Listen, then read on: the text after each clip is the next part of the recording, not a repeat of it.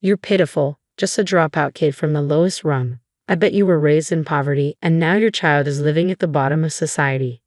I see, so that's your way of thinking, I replied. Got it. My name is Mary. My life, though it feels strange to say it myself, has been full of ups and downs. Just before finishing middle school, my parents passed away in quick succession. As a result, I lost my motivation to study for exams. I just wasn't in the right mental state anymore, and because of this, I failed all the high school entrance exams, including my safety school. So there I was at 15, standing at a crossroads, to take a gap year or start working. Truth be told, I did want to go to high school, but the relatives who took me in didn't have much financial leeway. I also wanted to save my parents' life insurance payout for the future. Plus, there was the embarrassment of entering high school a year late. So, I made the decision to start working and have been doing so ever since. I think I was 19 back then, dating John, who was a coworker at my workplace. He was 27 at the time. You're with someone that much older? Are you sure about this? A guy making moves on a 19-year-old? Is he really responsible? My aunt, a relative, was worried for me, but young as I was, I didn't listen. John is a great guy. Yes, there's an age difference, but an 8-year gap isn't that unusual, right? Well, if it were 25 and 33 maybe, but 19 and 27 is something else.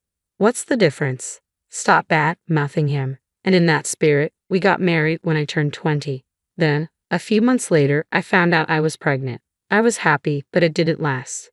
When I told John I was pregnant, he said, "What, you plan on having it? Seriously? No way. Okay, I can't deal with a child from a dropout. Why do I have to raise a kid that will be like you? Why would you say such a thing? You knew I was a dropout when we got married, right?" Yeah, I guess, but no, it won't work out. I mean, having a kid with a dropout, the kid's gonna turn out weird, right? I don't want to raise a kid like that. I also want more free time. John said that and stopped coming home. Even at work, he managed to evade me. He was only urging me to agree to a divorce. As time went on, my feelings for John cooled, and I agreed to the divorce. But my job at the time was at a small company that didn't have a maternity or paternity leave system, so I had no choice but to resign around the same time as the divorce. After that, with the help of my relatives and the remainder of my parents' life insurance money, I managed to give birth safely. I named my son Jacob and have been raising him with all the love I have. Fortunately, I was healthy after giving birth, and I worked multiple part-time jobs to earn our living. By the time Jacob reached elementary school, I had a full-time job and emotional leeway. Now, 20 years have passed since those days. These days, I even have the luxury of going shopping with Jacob on our days off.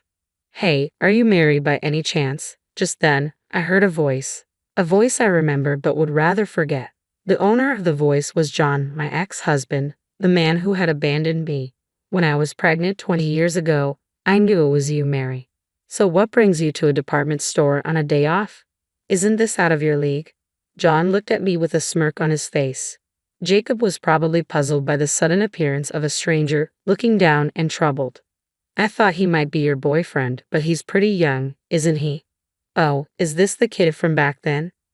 So it's a boy. Well, it doesn't concern me anyway." "That's right. You and I have nothing to do with each other anymore, John. Why are you talking to me?" "Don't be like that. We used to be in love. You become quite a cold old lady, haven't you?" John was approaching with a grin as if the past meant nothing. Then he said something outrageous. "By the way, is he a dropout too?" "What? What do you mean by that?" "Well, I mean a dropout's child would be a dropout, right? You're a dropout, so it makes sense if he is too, right?" "Stop it. Don't say such awful things." "Ah, but he does carry half of my blood, so he must have at least made it through high school, right?" "Well, in this day and age, even with a high school diploma, you're pretty much at the bottom of the barrel," John exclaimed, mentioning the name of a well-known multinational company, the type you'd often see in commercials these days. "Mary, even you must know this company, right? I'm a department head at a huge corporation. I'm what you'd call an elite, right? And what does an elite want with me? Are you stupid or what? Do you think I have any use for someone as uneducated and poor as you? I just called out to you for old time's sake. Frankly, you're a nuisance." "Don't say that. That's why you'll never amount to anything, you know. Ever since I met you, my luck turned around. I was headhunted by a major corporation, and I've been climbing the corporate ladder at a rapid pace. Life sure is different without a jinx like you around. Oh, so I'm a change to you, John. In that case, wouldn't it be better if you didn't contact me? No, sometimes I just want to look at the bottom of the barrel to remind myself how fortunate I am. You see, in my company, there's no one like you, not even the lowliest workers. But it really seems that poverty is a spiral, and the bottom will always stay at the bottom. Is that all you wanted to say? We're in a hurry, you know. Hold on a second. Let me say a word to my son. As he said that, John put a casual hand on Jacob's shoulder, a smug grin on his face. Then, while smiling, he said, "You're probably having a tough life too, but it can't be helped. Blame your mother for being poor and uneducated. If you're going to resent someone, resent your mother for giving birth to you right out of middle school." John seemed satisfied after saying this. Just then, a beautiful woman who seemed to have a close relationship with John came over. "John, what's taking so long?"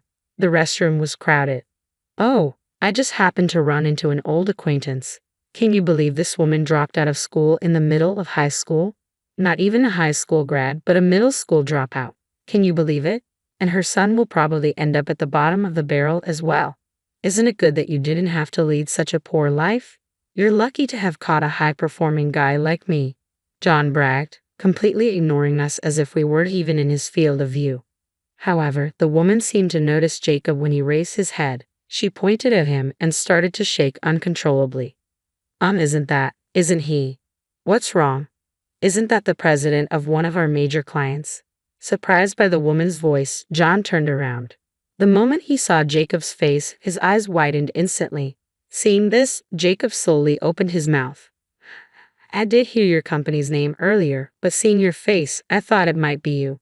Indeed, you were the one. Thanks for your hospitality at that dinner the other day." "Oh, that Mr. Jacob. You were so modest at the restaurant. It's surprising to see this side of you, criticizing people publicly, calling them low-life and uneducated as you please. You're pretty rude, aren't you?" No, that's Lily. Why didn't you tell me? I couldn't see him well. Besides, I work in a different department. I can't remember all the clients' faces." Useless. What did you say? The man and the woman, John and Lily, started arguing, but Jacob ignored them and said, "Well, I'm not interested in your arguments anyway. I now understand the director's usual way of thinking. We were discussing introducing our system to your company. Let's forget that idea," Jacob said, turning to leave. "No, wait. Please, this is some misunderstanding." "Misunderstanding? What's misunderstood about the fact that you've insulted me in public?" "That is, it's your fault, Mary." "Huh? Why is it my fault?" I asked, incredulous. "That's because, why the hell is someone like you, a high school dropout, with Mr. Jacob? Do you know who this man is? He started a business while in college and has numerous patents. The system he develops is so advanced that major companies are dying to adopt it." "Is that so? Why are you with him when you don't even know that?" "I don't know. I don't usually talk about work with my son." "What? Your son?" "Yes, nice to meet you. I am Jacob, the son of the high school dropout." "Well, it seems you want to say something to my mother. Please go ahead and say it all now. After all, we probably won't meet again." "Oh well, what's going on?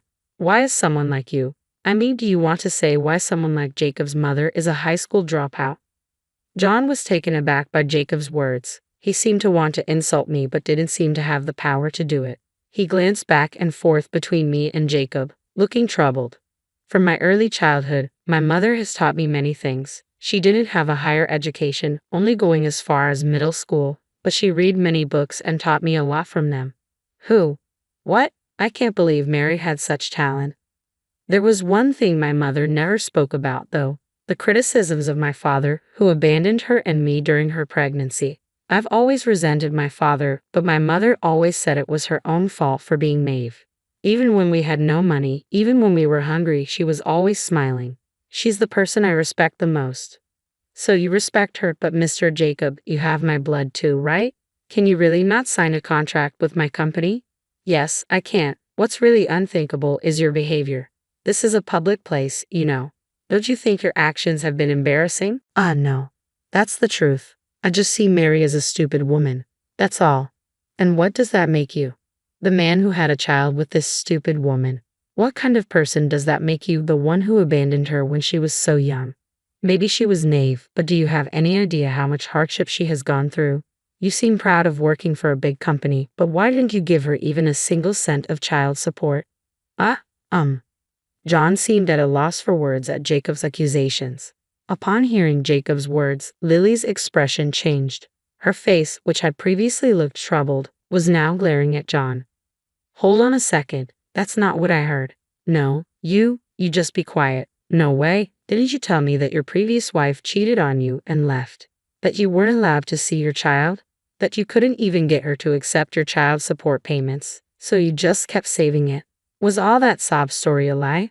It seems likely that it was a lie. My mother and I are still living with our relatives. The father there should know the place. If he really wanted to give child support, he could come there at any time. Hey mom, has this man ever contacted you? Not once. Not on my cell phone, not at a relative's house, and of course, I've never heard anything about child support. Hearing my words, Lily looked furious. In contrast, John turned a sickly pale color. You lied. You're the worst. I'm glad I never married you. We're breaking up right now. Wait, Lily, please don't leave me. John hurriedly chased after Lily. Jacob and I looked at each other and burst into laughter at the retreating figures. John's appearance was so pathetic that we couldn't help but laugh. We enjoyed some window shopping after that and went home feeling satisfied. Jacob later filled me in on the details. His company and John's were about to sign a substantial contract, but Jacob decided to withdraw at the last minute. Naturally, John's company asked why. It seems like Jacob was completely honest about it all.